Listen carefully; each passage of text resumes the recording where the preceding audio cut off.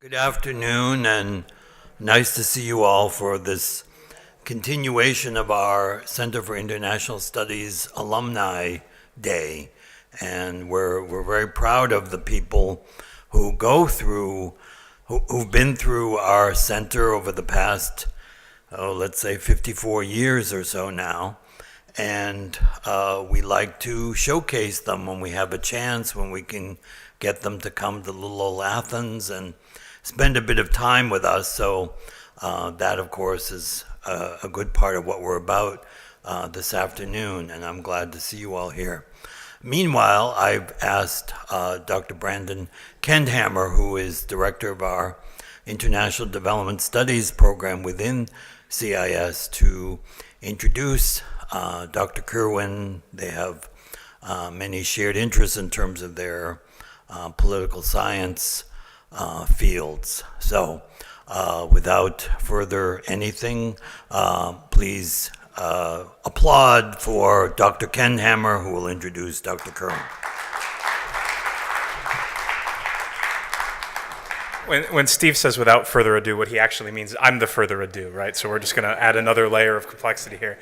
So I'm Dr. Brandon Kendhammer. I'm the director of IDS here at Ohio University. I think I know like 95% of you. Hi, family of Dr. Kirwan, I think. Hi.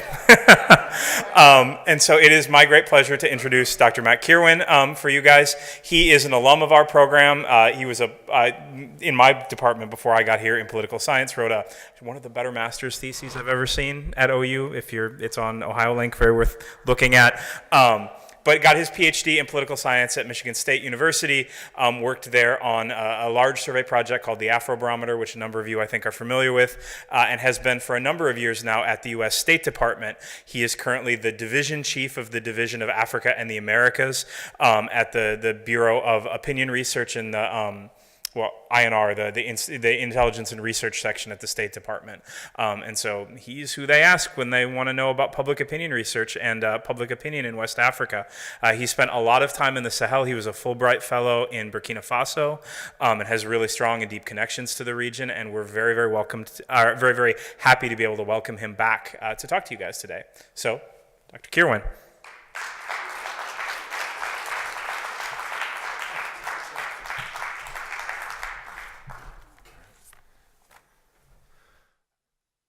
Thanks, Dr. Howard, for inviting me back, and Bose for putting this together. I'm really happy to be back in Athens. Spent great 3 years here. It was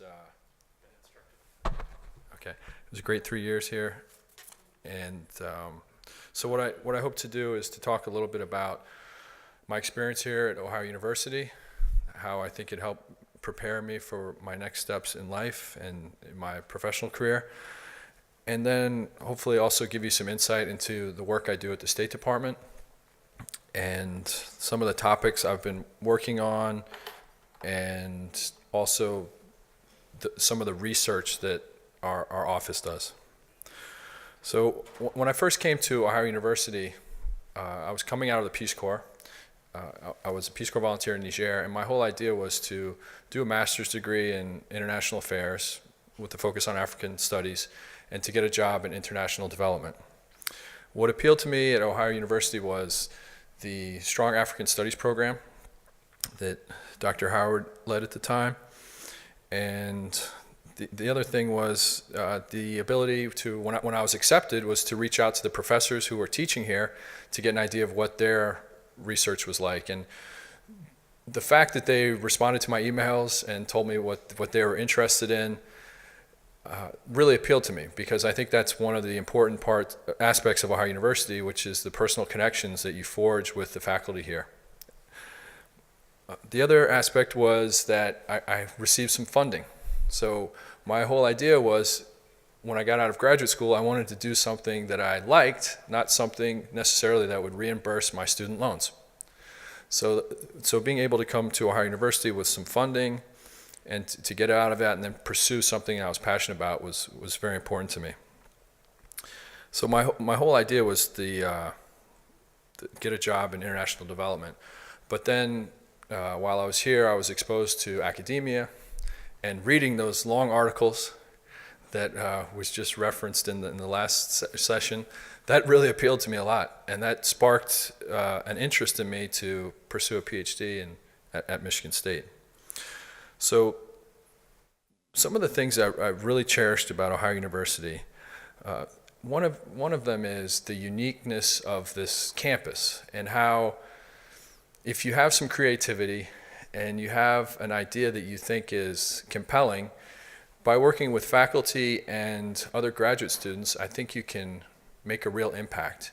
And this relates to a little bit of what Rick said in the previous session about finding a way to kind of distinguish yourself in a field that may just be emerging or hasn't even emerged yet. And one of the things I worked on here while I was at Ohio University was this study of sports in Africa. And it was something that started very organically, myself and a couple other graduate students, and we wanted to take a critical look at the relationship between sports and Africa through multiple academic lenses. And in just a couple years, we were able to organize some very high-profile conferences on the topic. And one of the speakers that we were able to bring out to Ohio University was Manute Bol, 7'6". He came out here at the invitation of Gerard Akindes, who used to be here at Ohio University, and gave a keynote address to people here at the university about what it was like for him growing up in Sudan and coming over here to play in the NBA. He was a real gentleman, and we had a great night at BW3's after the end of the conference.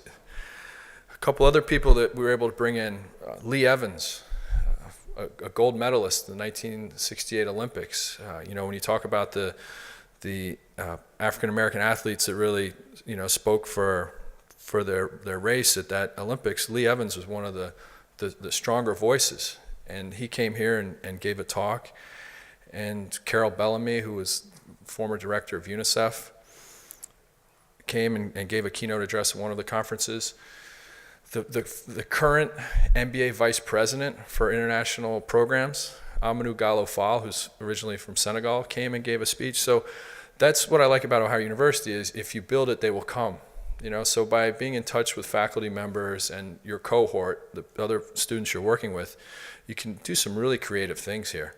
And I've been at a couple other academic institutions, and I don't feel that there's any that can really compare to Ohio University in that kind of those close bonds you can form with faculty and do these kinds of academic events that are a little bit outside of the mainstream.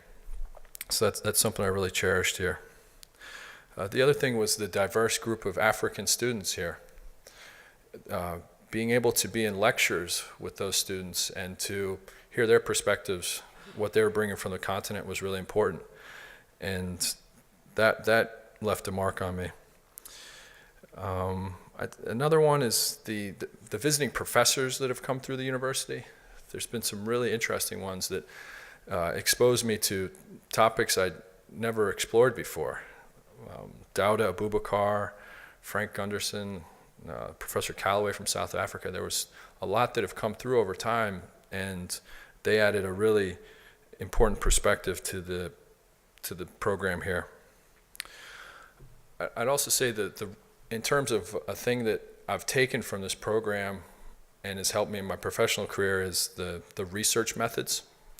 So taking a class on qualitative research was really important, but then also taking a class on quantitative research was important as well, because I don't think there should be any single orthodoxy in terms of research methods. And the more that you can broaden your analytical tools, I think it prepares you for a professional career.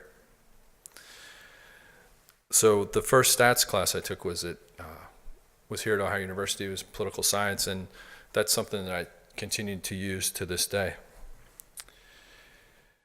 As I alluded to before, when I finished here at Ohio University, I wanted to keep going in academia, so I went to Michigan State University to pursue a PhD in political science. And my idea there was to work in an academic field, to be a professor. But I found that just to be focused on one career might not be the best approach, so I was kind of open to other possibilities. And that's when I applied for a job at the State Department. When I was here at Ohio University, I would never consider myself to be somebody who would work at the State Department. I thought they were very stiff-necked and very straight-laced, but once you get inside of there, you try to think about other possibilities of what you can do. So I have this cartoon from the New Yorker here. I'm not sure if you can see it. It's an octopus working in a sushi bar, and it says he feels he can do more good working within the system. One thing that, when I was in the Peace Corps in Niger, though, that made me think that, working in the State Department wouldn't be that bad, was that there was when I was in there in Niger, the ambassador came out to give a talk to us Peace Corps volunteers about Niger and some of the problems that are going on in the country.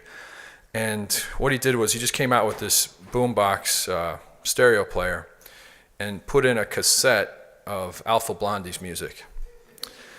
And he said, I could give you a long speech about why Niger's economy is not good and how the structural adjustment programs have had an effect on the country and how the GDP has never increased, but I think it'll just be easier if I play this Alpha Blondie song for you, Alpha Blondie song. So he put it in there, and the song was multipartism, and it explained perfectly all the structural problems going on in Niger and other parts of West Africa, and he didn't have to do it from a State Department, just very anodyne, non-passionate talk. He was able to play this song, and it said it captured it perfectly. So I thought to myself, well, if there's creative people like that at the State Department, it can't be that bad of a place to work. So I was in Burkina Faso. I got this job announcement from my professor at Michigan State, Michael Bratton, and encouraging me to apply for it. I had to go through USA Jobs. I don't know if anybody's ever applied for anything through USA Jobs. It's a miserable system. You have to really overspeak on how good you are at certain things. Really self-assess at a very high level. And the internet connection in Burkina was terrible. Somehow my application got through, and I was able to get interviewed for the job through a video connection, and I went to work there in 2010. I just want to give you maybe a couple stories about some of the projects I've been working on in Niger for the State Department. And because I was a Peace Corps volunteer in Niger, I've been able to focus a lot of my work on that region. And it's one of the funny things is, I'd say 10 years ago, people in the State Department really didn't care about the Sahel at all. But now they do, and it's always exciting when it's a place where you've worked for years, and then all of a sudden people want to learn a lot about it. So I was a Peace Corps volunteer right down here in this little town, Matame, not too far from Zinder. I was there for 3 years, and then came back to the States. Before I did that, I was able to, what they call a COS trip in the Peace Corps. It's closure of service. So you have, you take your big trip before you go back to the States. And what I did was caught a bus up here to Agadez, took a tour through the Aïr Mountains, and then came back to Agadez and went by those big buses you see transporting people across the desert, those big trucks rather, to Dirkou. This is a 2-day trip, and then spent some time up here in Jado. And then came back to Agadez and then flew back to the United States. But, I never imagined that a trip like this would make me qualified to be able to speak about, issues in Niger and issues related to what's happened in Libya. But it has. And I was able to go back to Niger in 2014 to work in the embassy there on a temporary basis basis work in the political section there and to write cables on things that are going on in Niger. And one of the topics we're covering now, and one of the really unique things about the place I work is we're basically academics who work within the State Department. So we have a budget that we use to do focus groups and surveys and things like that to get an idea of what people are thinking in different countries, and then to write them up. And we do this in consultation with policymakers, with the embassies, but at the core, it's you're kind of you're looking ahead a year or two to try and predict what policymakers are going to be interested in. So one topic that I'm covering now is the trans-Niger migration and the number of sub-Saharan Africans that are leaving Libya to try and get to Europe. I'm just curious, does anybody here in this room know anybody that's tried to make that trip? No? Okay. So if you look at it, last year there was 400,000 sub-Saharan Africans that went through Niger to Libya and Algeria. And out of them, 180,000 arrived on the shores of Italy. People were getting in boats in Libya and then trying to get up to Italy. So 180,000. And these are the percentages of those people. So 21% of those 180,000 people are from Nigeria, which is about, I think it was a 60% increase from last year. Probably a lot to do with the economy there. Cote d'Ivoire, 7% of these people, so about 13,000 people from Cote d'Ivoire arrived on the shores of Italy, which is a massive number for a country like Cote d'Ivoire where people would never even leave their country before because the economy was actually pretty strong. So I've been doing work on this topic. Just this past December, I was able to go to Niger and we did focus groups with aspiring migrants to get an idea of what are the key issues, why are they leaving their countries to go to Europe, and most of them we found to be economic reasons, looking for better jobs or the ability to send remittances back home to their folks in Africa. When I was in Niger in 2014, I was able to go up to that town, Dirkou, and it's right up here, Dirkou. And now with what's happened in Libya and with Boko Haram and AQIM in the region, there's U.S. military forces in some of these areas. These special forces like here in Arlit, Agadez, and Dirkou. So one of my things was to go up there and write a cable for the State Department on how is the U.S. military doing in a far-flung outpost like Dirkou. So I spent some time with the troops up there. There's only like 7 or 8. These are the guys that who were up there, the U.S. military, and it was really interesting to see how they were working with Nigerians in the villages, and I was actually really impressed. The way the outreach they were doing, the way they really forged strong relationships with people in the villages, and the cable I wrote was pretty well received by people back in Washington because they're not able to get, other than that cable I wrote, they don't get any other insight into how the U.S. military is doing in these different parts of Africa where they're working. Another thing that I've worked on at the State Department was, and in our shop we're interested in polling, and now with social media, people are trying to figure out if there's other ways to measure perceptions, not through survey work, but maybe through things like Twitter.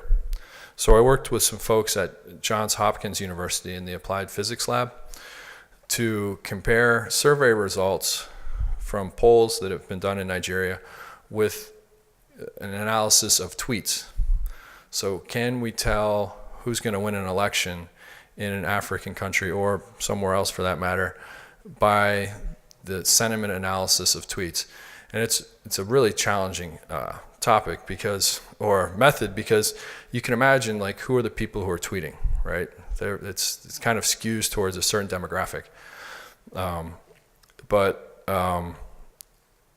And then the other thing is, how do you detect like irony in tweets, right? Somebody could write like, "Good luck, Jonathan, greatest president ever," but they don't really mean he's the greatest president ever.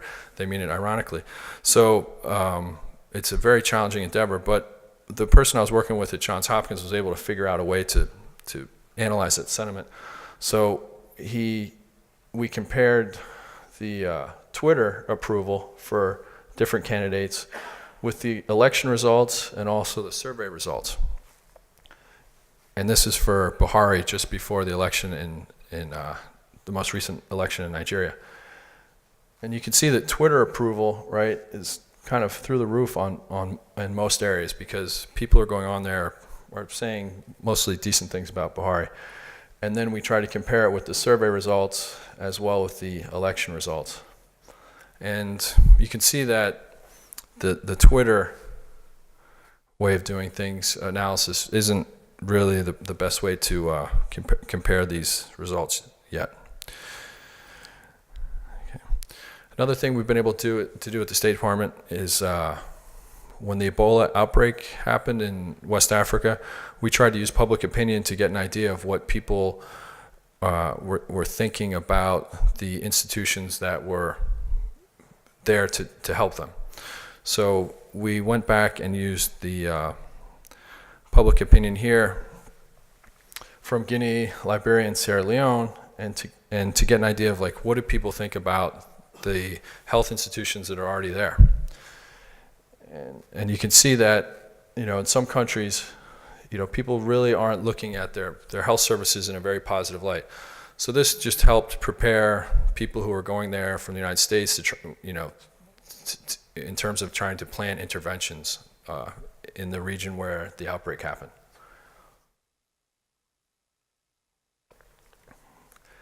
So like in a place like Guinea,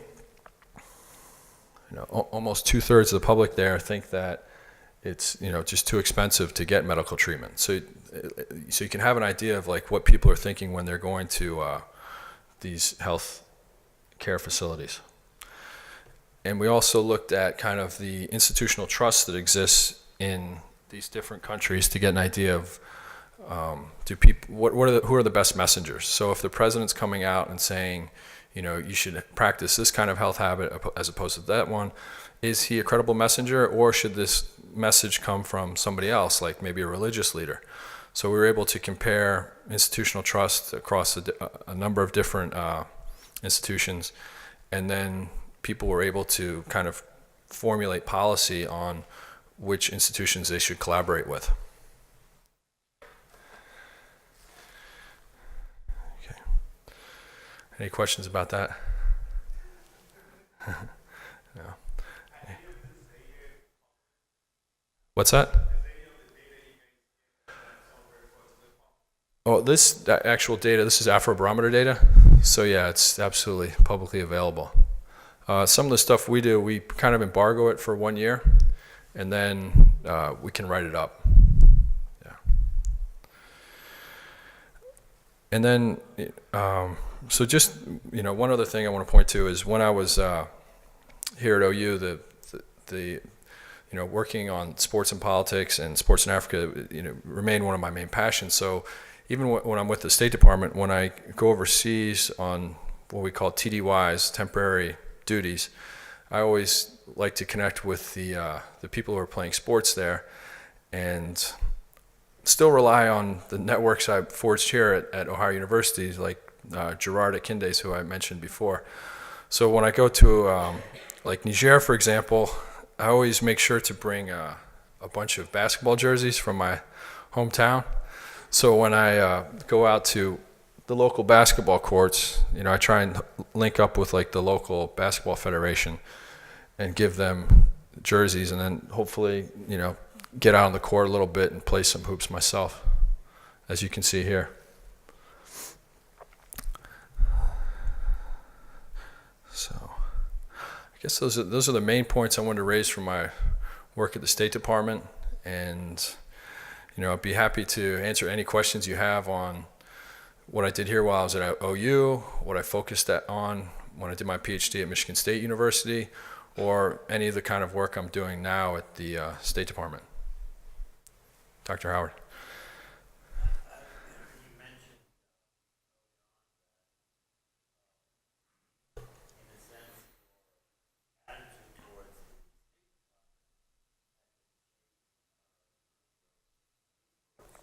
Mm-hmm.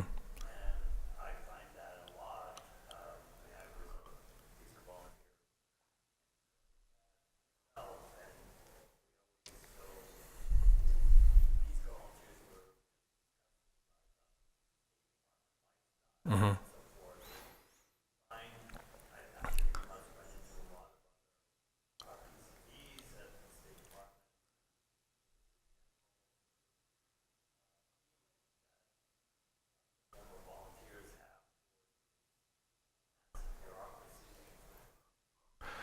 Yeah, I would count myself among those people that, you know, a Peace Corps volunteer based in a very small village. You come to the capital, you see people working in the State Department, the Foreign Service officers, who usually live inside of a gated community or live in a very fancy expat house with a guard out front and lots of domestic help. And then, and oftentimes they don't see like the full picture of what's going on in these countries. So I did hold that same kind of sentiment that you just alluded to. And then, you know, I'm guilty of it myself. Now, if I go to some of these African countries, I'm just in the capital. I'm there for 3 or 4 days. I don't get out to the villages to see what's really going on in the rest of the country. But, you know, that's why I really cherish the time that I was able to work in a place like Niger outside of the capital, outside of the embassy, because I was able to see kind of the realities of what's going on in the country. And, you know, there's also the kind of that bubble that people live in. And I think sometimes Foreign Service officers can be guilty of just interacting with other Americans. And I think if you look at what's happened since 9/11, if anything, you know, we've even pulled ourselves back even further because we're not able to get out as much and to see what people are doing outside of the capital. Just give you the example of Niger, for example. So I was a Peace Corps volunteer, as I said, in Zinder, lived in a small village. When I went back there in 2014, I went with the embassy. I was doing some other work out in Zinder, and I was able to go to my village to see the people I'd lived with, you know, almost 20 years ago. But I had to go there with 2 Suburbans and a full military escort. So we're pulling up into this village with, you know, all the guys there with their AK-47s, the Nigerian police, and probably scared the crap out of most of the villagers there that I wanted to say hello to. And it's just a different environment. And even if people who are working in the embassy, if they want to just even go outside of Niamey, they have to have approval from the regional security officer that they can do that. And it really prescribes the kind of connection between the people that, you know, they really should be making.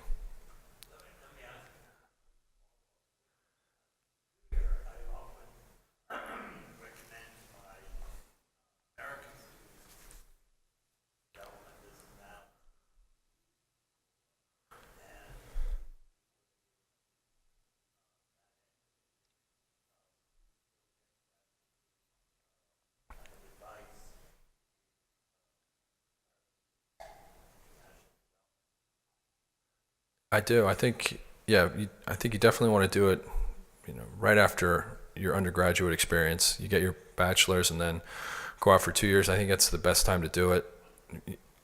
Later in life, you become more risk averse, and you know you don't want to take risks like that. So I think it's better to do it earlier.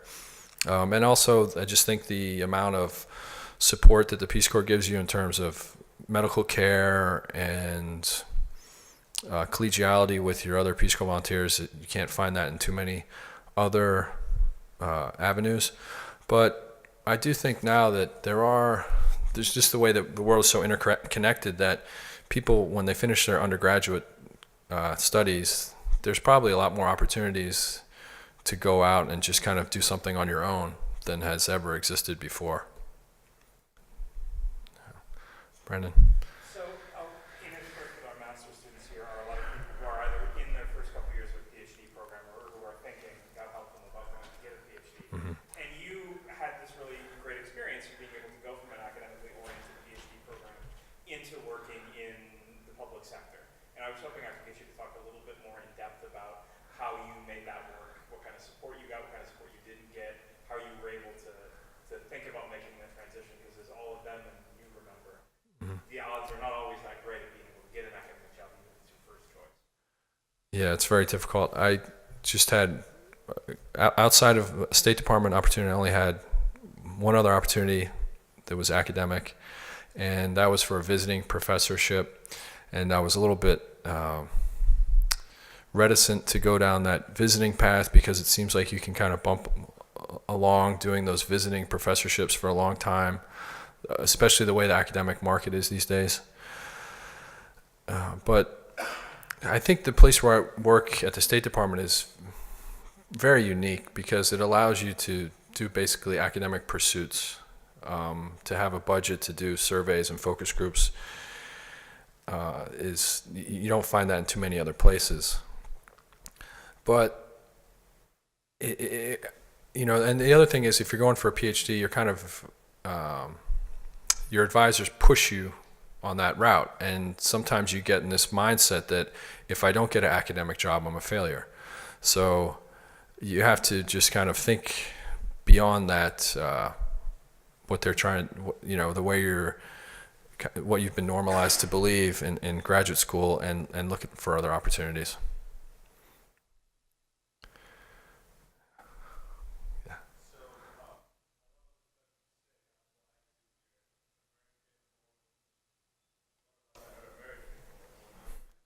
Mm-hmm.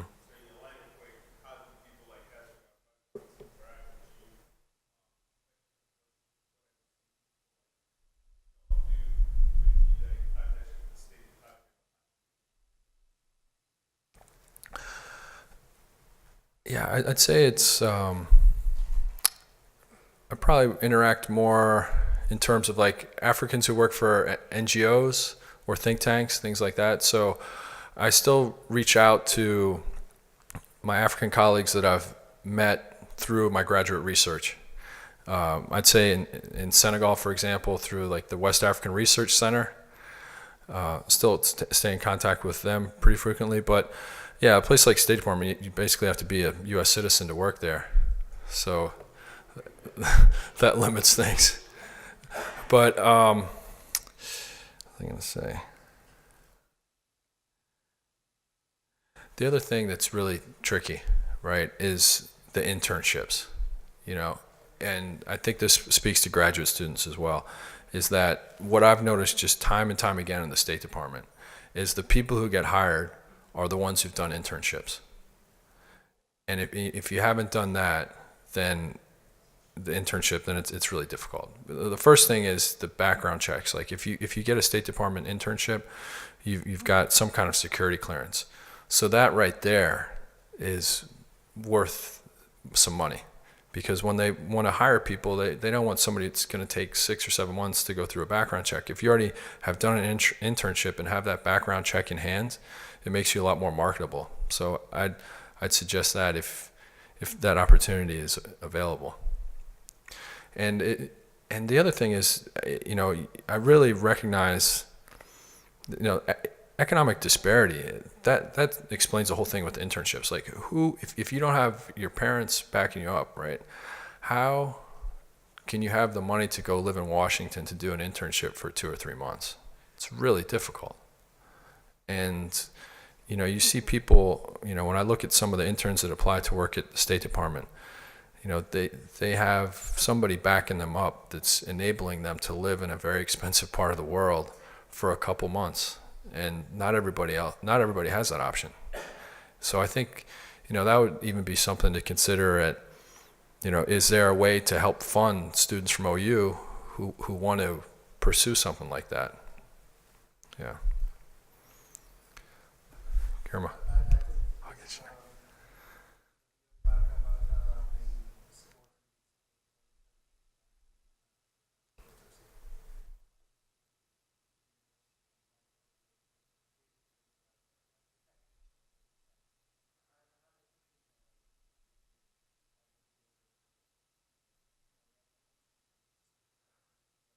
Uh-oh, this is going to be a political one. Watch out.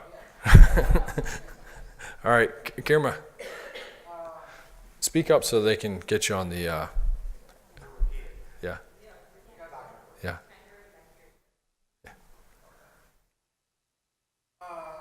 The question is, what do you think the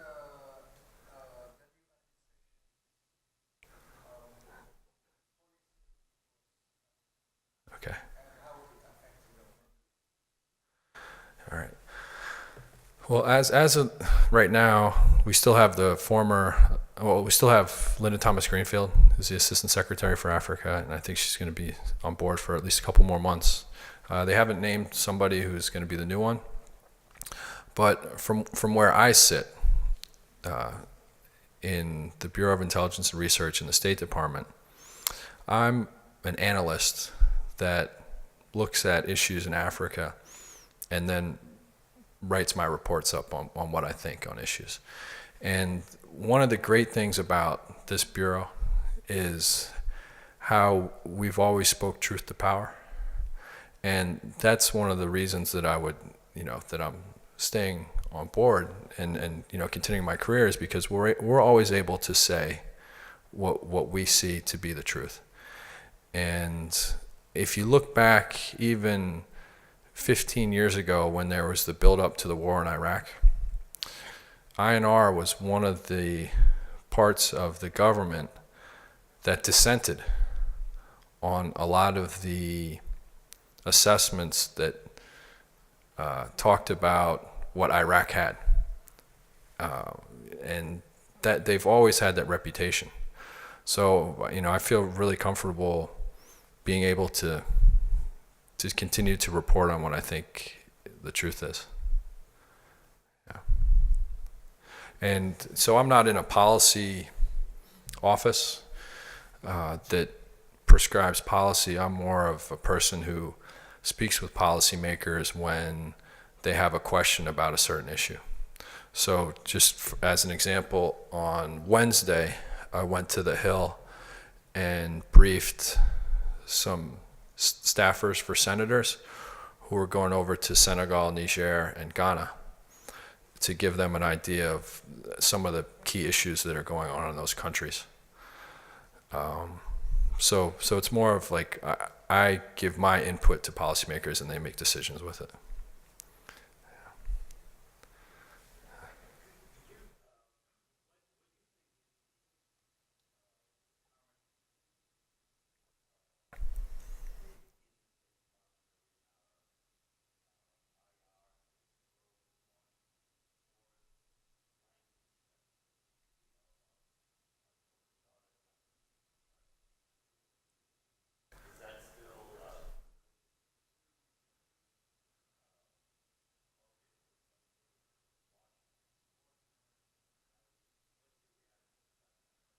I think it's very valued.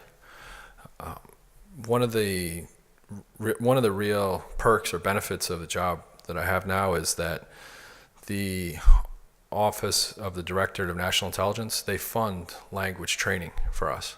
So now that I'm managing a division that has the Americas and Africa, I'm studying Spanish, and they give me money to have an instructor come to the State Department once a week for 2 hours to instruct me in Spanish. And they also give the opportunity for analysts to go to Sri Lanka or India or other parts of the world and do like a month-long training on languages. So I think from that perspective, I think it's still very valued. And being able to, I think I was able to get that funding because of some of the training I did during graduate school here at OU, having a flash to study Somali and Arabic. I had that kind of track record, and then when I was at Michigan State, I studied more Arabic. So I think it's still worth the pursuit. I have one funny story. Well, I should just say story. I shouldn't say funny. But I studied Somali here at Ohio University, and I would always go up to Columbus to try and practice it because of the large community there. And one of the greetings was Mahad Usub, which means what's new, right? Thank you. You understood me. All right. So I went up there to this Somali restaurant, and I sit down with my wife, and we're about to eat something, and the waiter comes up, and I go, Mahad Usub, and he goes, we don't have soup today.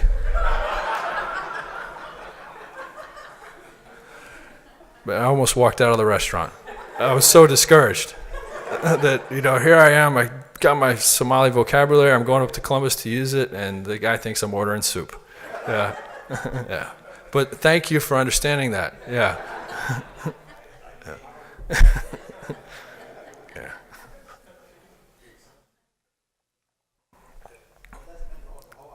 How are you? Okay. In any case, you didn't understand what I was saying. Yeah. Yeah. Yes.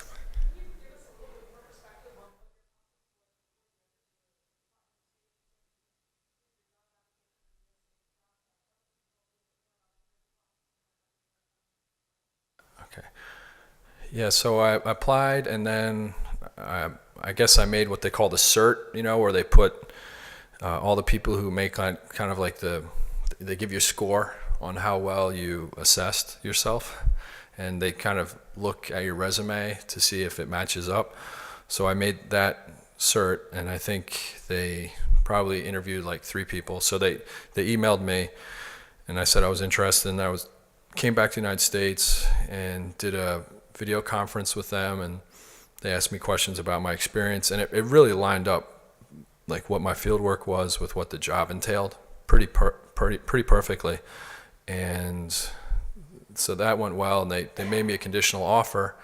You have to have a pretty high security clearance to work in the office, so that took about 7 months to get the clearance. And it's especially difficult if you're a person who's lived all over the place, because you have to document all the different places you've lived and who your neighbors were. And then they had to interview my mother's parent, well, not my mother, my wife's parents, asked them if I was a drug addict or anything, and just to make that I didn't have anything sorted in my past, and so they interviewed them, and everything went well. And then you get that offer. You don't get the full offer until you have that security clearance, because it's actually part of the job requirements that you have the clearance. And then I got that, and it kind of lined up perfectly with when I defended my dissertation and then moved to DC. So it almost took a year. And now with the hiring freeze, I almost feel bad talking about getting a job with the U.S. government right now, because it's all kind of shut down for the moment. But hopefully, after I think it was 90 days, there'll be some additional guidance on how they're going to move forward with it. So, listening to you, it seems to me like you have had a wonderful experience. Mm-hmm.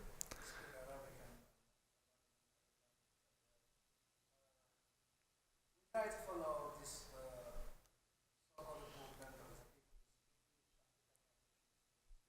Mm-hmm.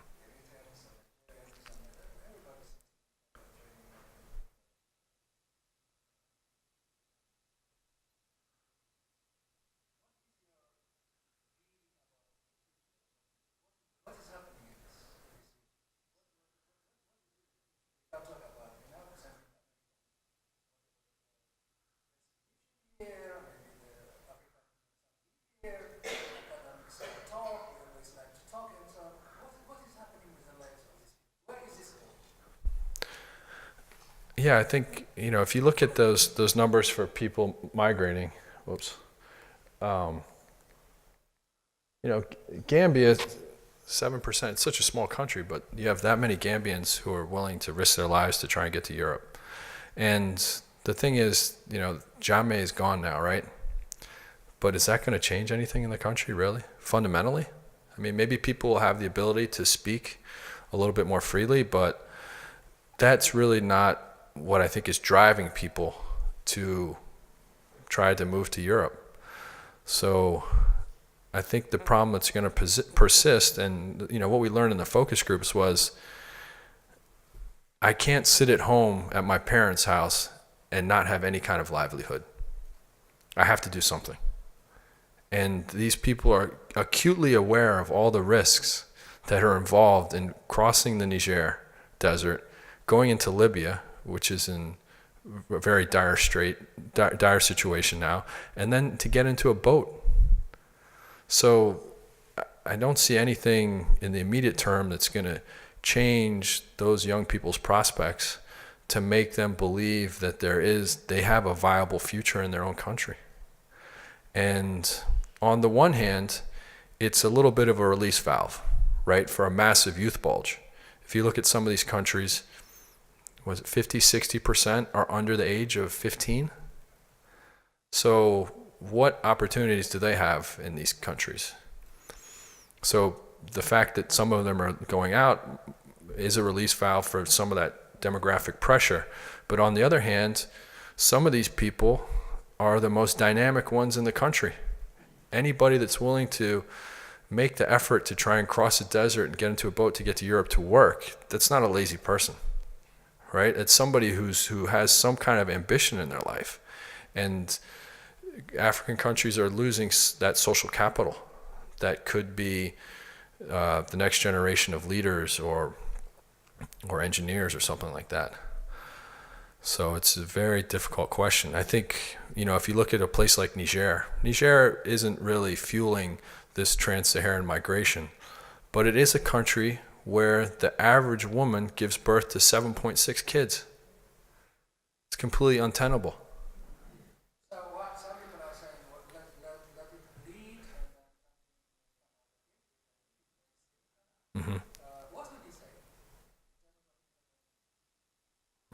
Should the global whatever something about it, particularly the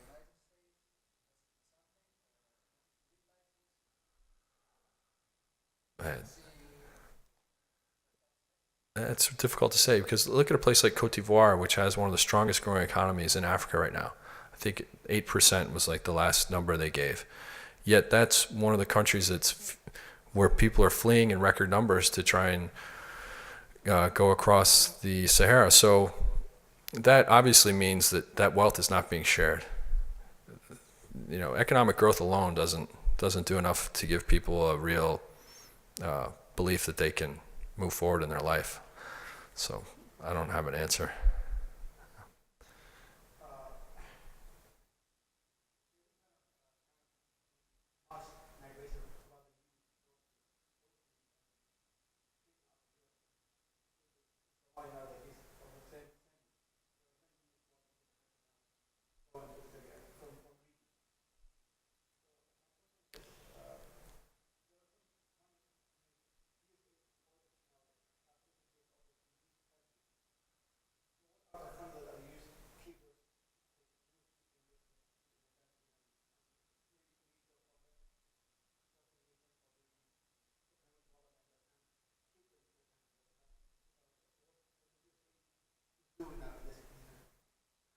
Yeah, I think they do have a number of programs in these countries that are listed here, and I think a lot of the programs also touch on kind of countering violent extremism at the same time.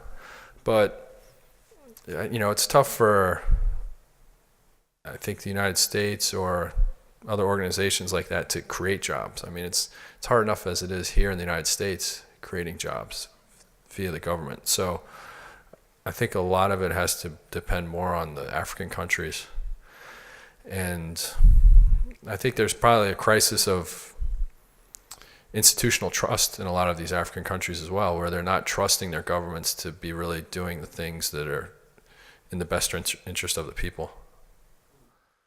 But there's other organizations like Millennium Challenge Corporation that are doing massive infrastructure projects in Africa. I think it'll be interesting to look at the model that they're using to see if that, and those are huge projects, $500 million projects that they're doing, to see if those have a bigger impact on creating jobs and livelihoods in Africa. Kat. You mentioned that there's now interest in the State Department in Sahel. Does that have to do with security concerns and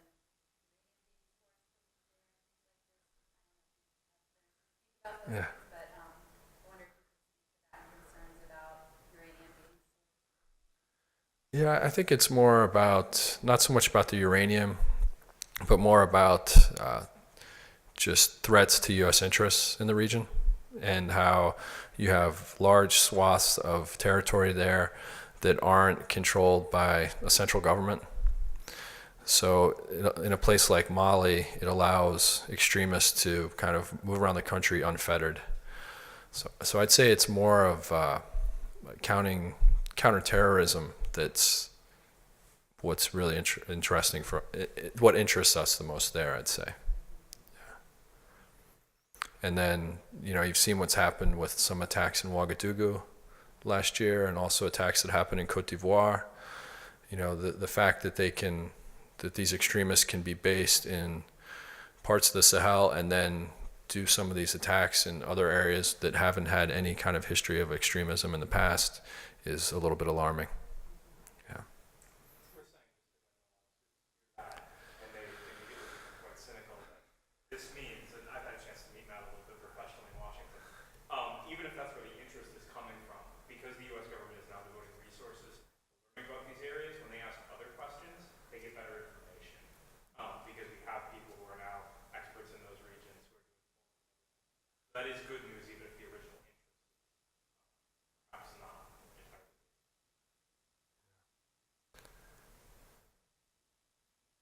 So here is another question. Maybe I got kind of many assumptions are made, and then we see that. So when you speak, when you think of U.S. interest in Chad, what would that be? This is a desert place. Poor people. What is U.S. interest in Chad?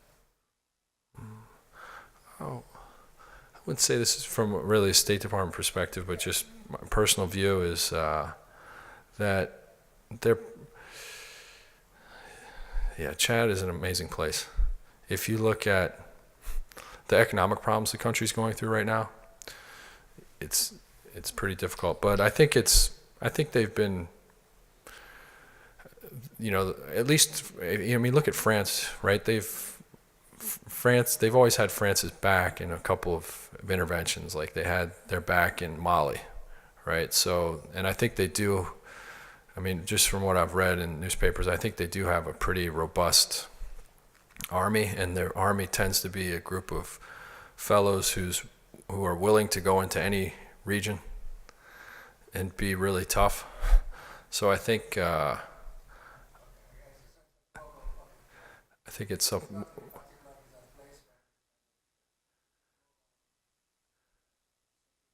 I think so, yeah. But I've never been to Chad. Curiously enough, Chad sponsored one of the French league teams this year. And they had on the jersey, it said Chad, an oasis in the Sahel. So they were able to sponsor, I think it might have been Rennes, one of the French teams. But this year, they didn't have a soccer season for their local federation. Yeah, so it's interesting how there's these different priorities. Yeah. Corbina.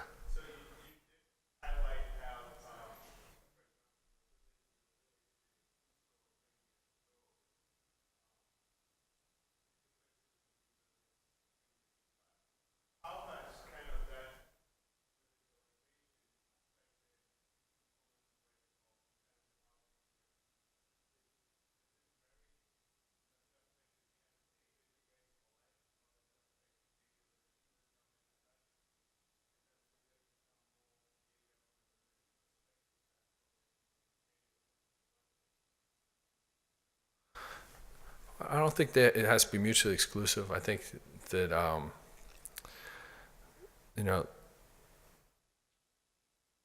not all data, we try and collect has to do with just the security angle.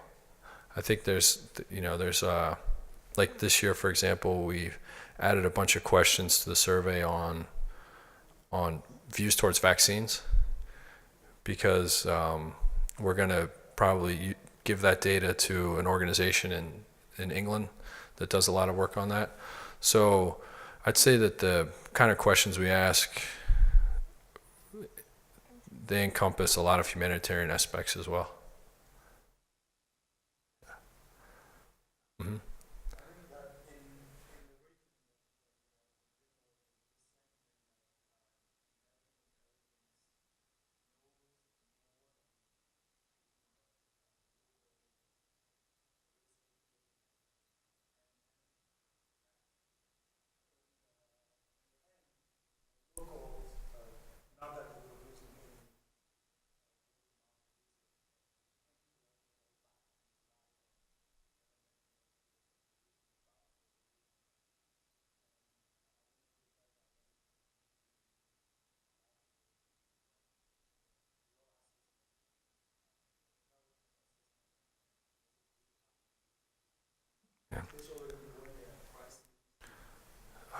Well, I'd say that if you look at our office specifically, I'd say about 60% of the analysts have PhDs, and that they did their dissertation research in the region that they're covering.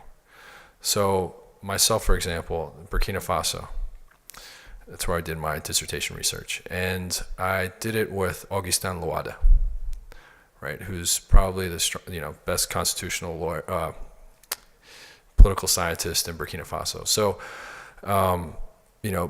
we have really strong connections with academics in the region.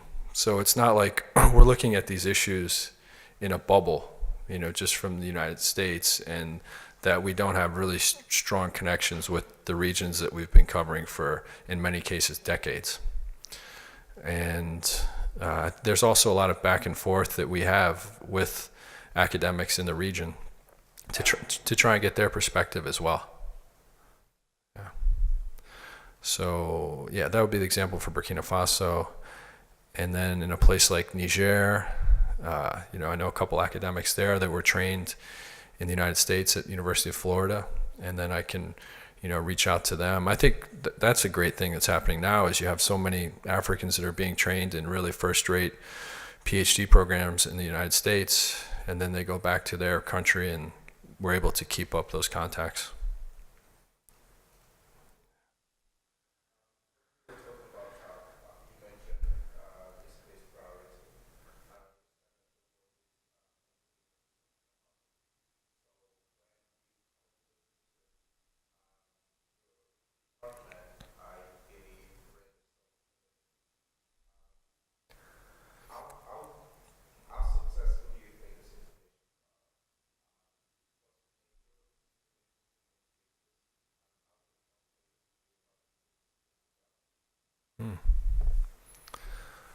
I think that's a good question. So what I try and do is just, when I kind of formulate my research agenda, it's done in consultation with policymakers to get an idea of what their priorities are. So, but I also, and what the unique thing about our office is, we're also trying to look a couple years ahead down the line to see where maybe there's a country that might be headed towards a rough patch at some point. So when we do the research, for us, we're not policy prescriptive. Okay, so if I brief, for example, the Assistant Secretary for African Affairs or the Deputy Secretary at the State Department, I'm not going to him saying, you should do this. I'm just trying to give him or her a full picture of the set of problems that they're looking at. And then based on that information, they create policy. So I'm a little bit divorced, or actually a lot divorced, from the actual implementation or creation of policy and implementation. So I can't say that, there have been some times I could say that there's been reports that I've written that have raised the visibility of an issue, and I think it's brought a good outcome. But it's also hard to say that I'm the person who is responsible for that outcome. I might kind of put it in my head like, oh, I wrote that report and that's why they made this decision, but it's hard to really isolate it as the main variable that created that outcome. Can you share maybe your top 5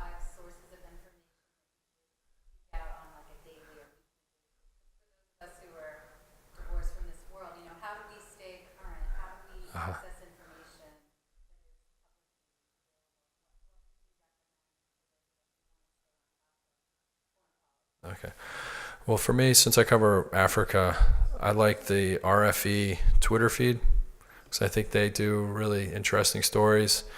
So I look at that, look at BBC. Also have the embassy in Paris, our embassy in Paris. They write a daily email that covers all of the events in the French press that are happening in Africa, and that's really invaluable because they cover it from a completely different perspective than what we do in the United States or even what's done in Africa. And even an issue like Boko Haram, if you read about it sometimes in some of the French press, they have a really unique angle on it. So I'd say that that's informative. And then there's, if you take a place like Burkina Faso, for example, there'll be a website like lefaso.net that takes all the different newspapers that are publishing there and then puts it on one website where you can read through it pretty quickly. So that's useful as well. And a couple phone calls, text messages to friends in specific countries to find out what they think about different issues. And then just talking to other people in the building. If you look at INR, for example, so I work in this Office of Opinion Research, but there's also other offices within it, and they all have different perspectives. So there's like the Africa office. There's this office called GGI, which is Geographer and Global Issues. So they're covering it from kind of a humanitarian aspect. And then there's another office, TNC, which looks at kind of terrorism and narcotics and crime issues. So I reach out to my colleagues who cover it there. And then also in consultation with the people who are working in the embassies, because they're meeting with people overseas every day, so I can get an idea of what they think about different issues. So a couple of those maybe you wouldn't be able to do just because you're not within the State Department, but that's how I go about learning about different issues in countries every day. But I'd say those news sources are the top ones. Yeah. And then it's also really refreshing when I get to meet with people here, like Dr. Ken Hammer and Steve Howard and friends I have from academia, that I'm still in contact with, like Leo Villalone, who's at the University of Florida. He's a great resource. And I always get energized when I'm able to meet with my former academic contacts because they're able to do things I can't do, and I'm able to do things they can't do. So when we're able to discuss, I think that there's a lot of information that's exchanged, useful information.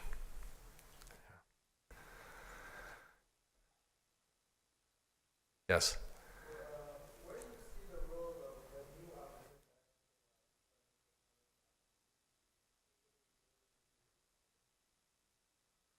The diaspora here in the States or throughout the world?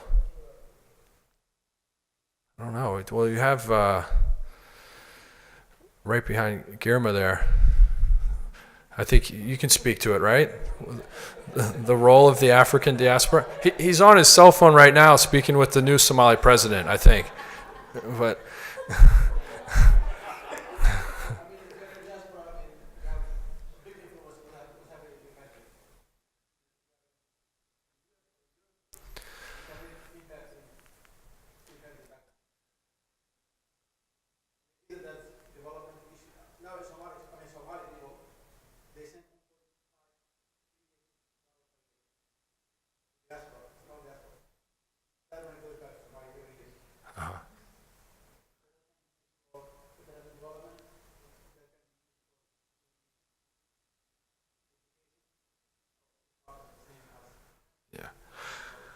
yeah, I think there was just a recent study by Pew talking about African communities living in the United States, and it's growing rapidly.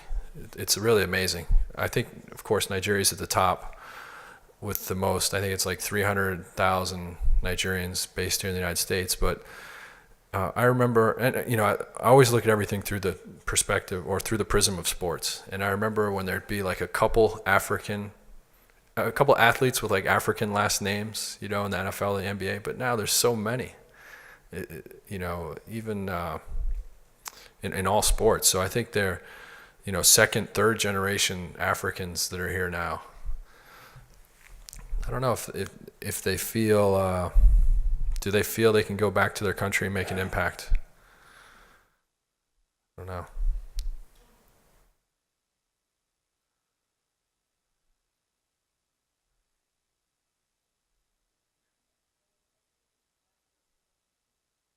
There was a question he asked about what African diasporas can do for the continent.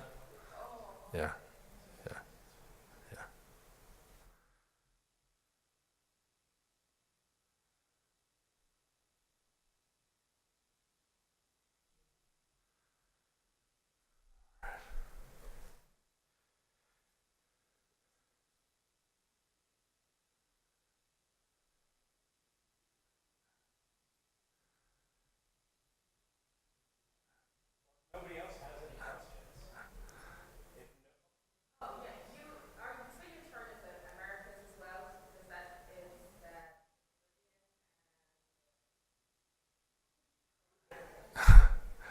Yeah, the Americas, yeah. There was a couple interesting studies 2 years ago. We got some data on Jamaica, and it wasn't our office who did the survey. It was publicly available data, but I don't cover that. But I helped write the papers with my colleague who was writing the papers on Jamaica, and what I did was so the issues were views towards homosexuality. All right, gender-based violence, all really good stories, right? And but I was able to write what we call text boxes in our papers. We have like a little text box that gives like a lot of contextual information about a country, and I was able to write these text boxes referencing Jamaican music, talking about these issues, and it was a lot of fun, as you can imagine, Winsome. Yeah, I was able to talk about, some of the great dance hall lyrics and how they touch on these topics. Yeah. Yeah. Yeah. I also want to say that when they were doing mass background check, they came to Athens and interviewed both. Well, if you're interested to go in the State Department. We get that all the time. Yeah. And they came to my office for an hour and interviewed me. I just think it's funny that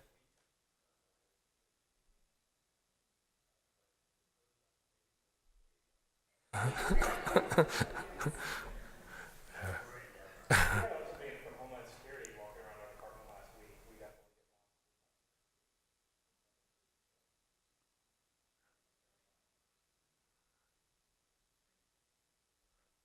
What's it?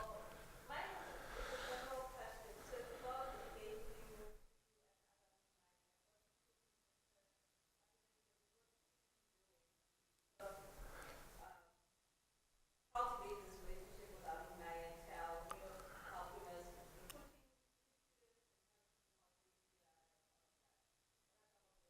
How would you like us to approach you about this? What would you like us to approach you about?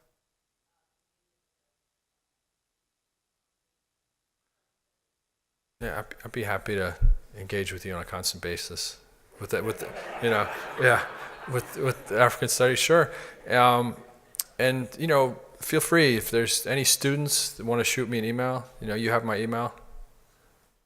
By all means. And then just asking about what would be the best step if I want to pursue this career or that career. I still have a fair amount of connections. In not just in the State Department, but in other networks, so I'd be happy to. I'd say for undergraduate students, maybe stressing the importance of internships. I think they're so valuable, and those really set people up for success later on down the road. Yeah. Can you talk about that? What kind of internship opportunities are available through the State Department? Yeah, so you have to apply really far ahead of time if you want to get an internship at the State Department. So I think if maybe even if you wanted to serve like in the fall, I think that application's already passed. So it's almost like a year ahead of time.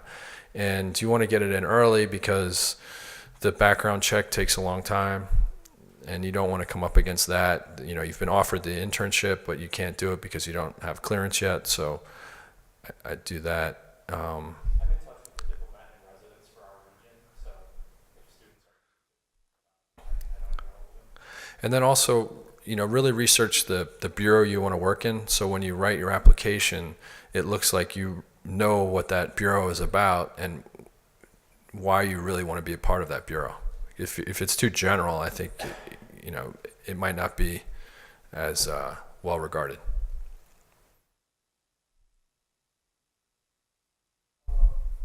Having this conversation,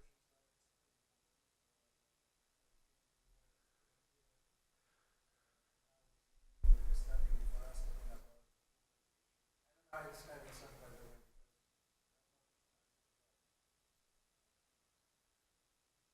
Describe yourself as a political scientist.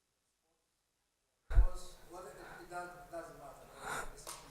What I wanted to say was, I hope we will be able to continue this interaction. And if you are working on anything like, I will tell you Vina, kind of develop this, convert this, Mm-hmm. compassion, all of them put together in a book form. We cannot really kind of publishes for our university press, and that will also consolidate. Yeah, I'd be interested in that. Thank you. That would be quite interesting. Yeah. One other thing I'd say, Kwabena, you asked about, you know, what folks who maybe they aren't U.S. citizens could do with the State Department. We also have analytic exchanges pretty frequently. So whenever there's an ambassador named to go to a country, the Office of Outreach at the State Department puts together a kind of a seminar where they invite the top experts on a country to come and give a talk or a briefing. So like there was something on Eritrea, for example, and they, you know, there was a new ambassador to go there, or Somalia, something like that. You know, we can reach out to people, and then you have like 45 minutes to speak on a topic, and you're right in front of, you know, the ambassador who's going to be going out to that country. So those are opportunities as well. So, you know, I'd like to keep in contact with you guys for that reason as well. Yeah. And that's, I was able to do one of those before I started the State Department. I did one on Burkina Faso. And, you know, that's a great thing. So, you know, I already work in the State Department. They know who I am. I'm not fresh blood, right? I'm already here. They don't think I'm that novel. But then when an academic comes and gives a talk to an ambassador, they really get a lot out of it, because they're having somebody in front of them who is a real expert, who's probably been in the country within the last 6 months or something. And I know you've done some things with USAID. I've done 4 or 5 of that analytic exchanges throughout. Yeah, I've definitely always felt like I was really listening. Mm-hmm. Yeah.